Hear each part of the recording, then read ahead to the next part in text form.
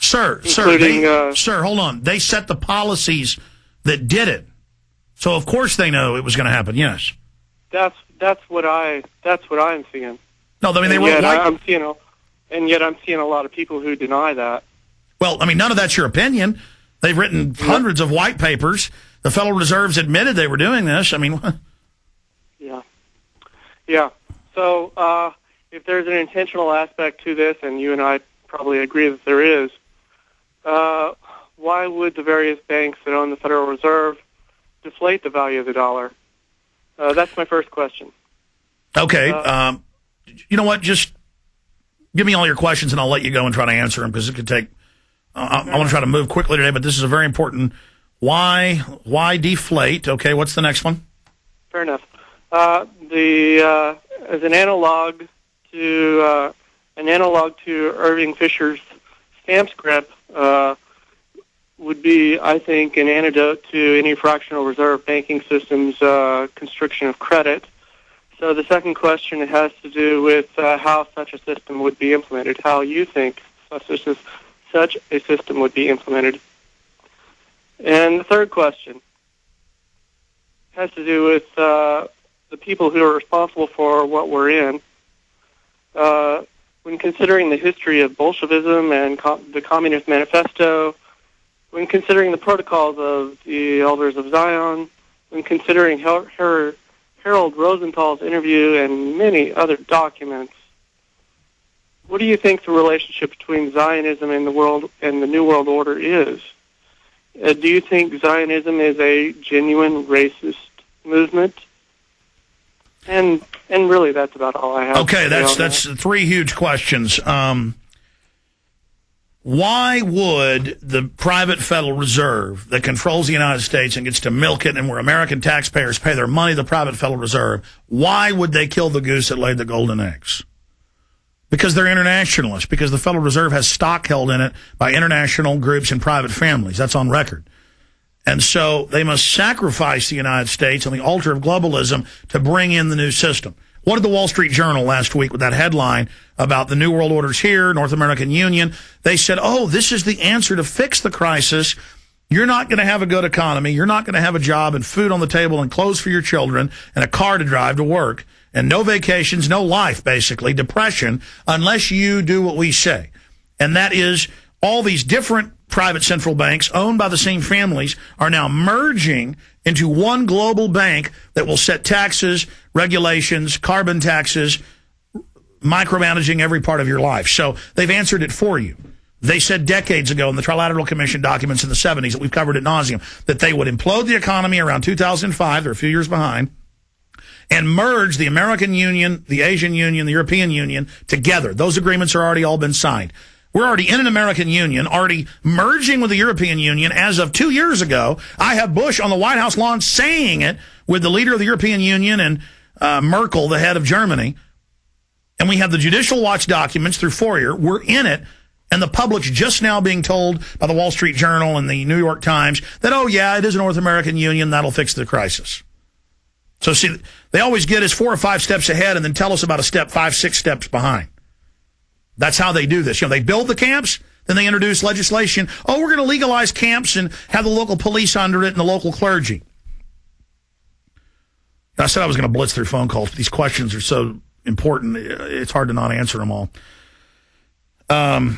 Then you talked about what type of money system should we have if we remove the fractional reserve banking fraud of the international bankers, which they're not even doing fractional reserve banking now. They just do whatever they want. And that answers your first question. They've created unlimited capital, thousands of trillions over the last few decades in European and U.S. money. They have bought up real assets with it, knowing it would later devalue the money. They've held that off, and now that phase is coming.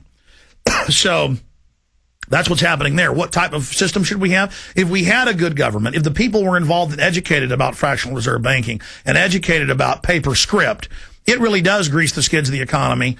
It's just going to be used and abused and will always be abused. And so it's a very dangerous system.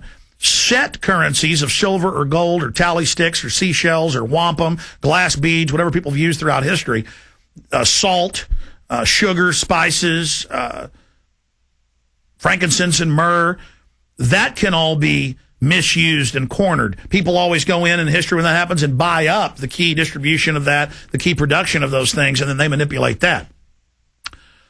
So that's a problem as well.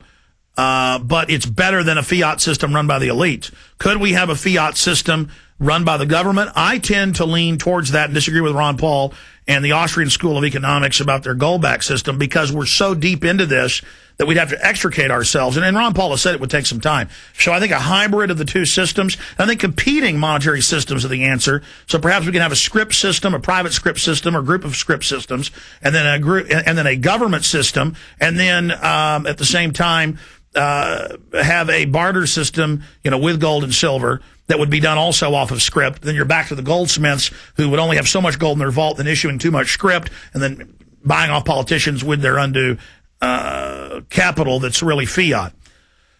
And on the subject of Zionism, we have guests on here to talk about what Zionism is. And Zionism isn't a criticism of Jews themselves. Zionism is a political ideology very similar to what Hitler said, or the white supremacists say, or what the black Israelite movement says. I mean, every group, Japan has a group that says they're the master race and everybody else is scum. And it says that everybody else are basically animals who can be killed and destroyed at will. And it's a horrible political system, certainly for the Palestinians in and around Israel.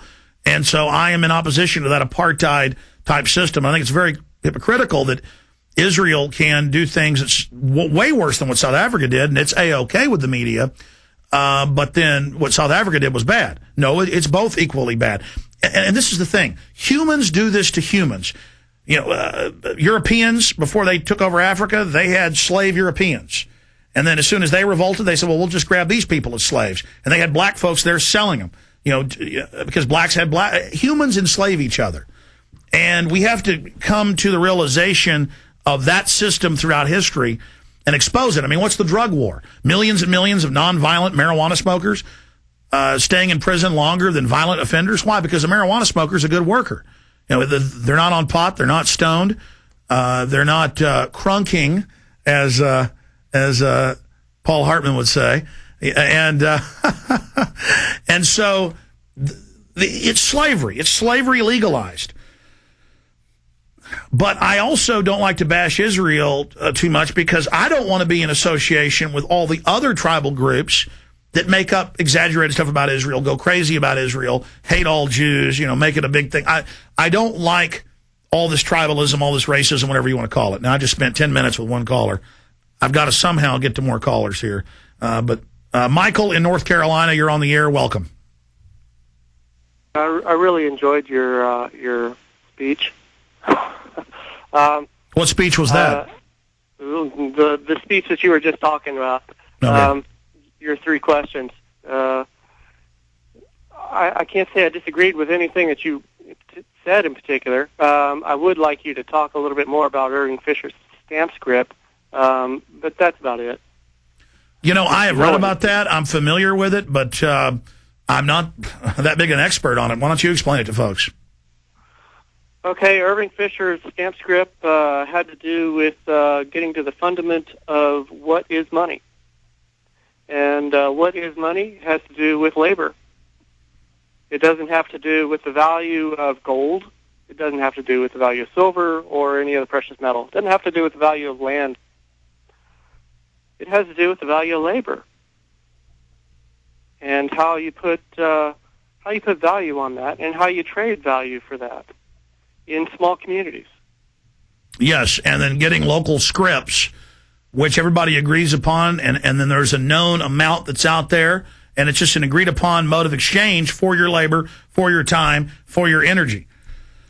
And that's why I'm saying we need local currencies competing with regional currencies, competing with national currencies, competing with international currencies. That way, elites can't corner the market. It's a separation of powers within the entire monetary scheme. It is a liberalization of the symbols of credit. And that's what we need. We need liberation in the money system. But the average public, that's why we're enslaved. It's like, well, what's money? I want money. You can show somebody a big wad of $100 bills, and they'll just get all excited. Oh. And all this is something that was just printed up The Federal Reserve orders it printed by the by the governmental treasury, and then it's issued. But that's less than 1% now of physical, real money in circulation. It's all just zeros and ones in a computer. The bank just says you got $10,000 or $5,000 or $100 or $1 million, whatever it is, in the bank. It's just zeros and ones.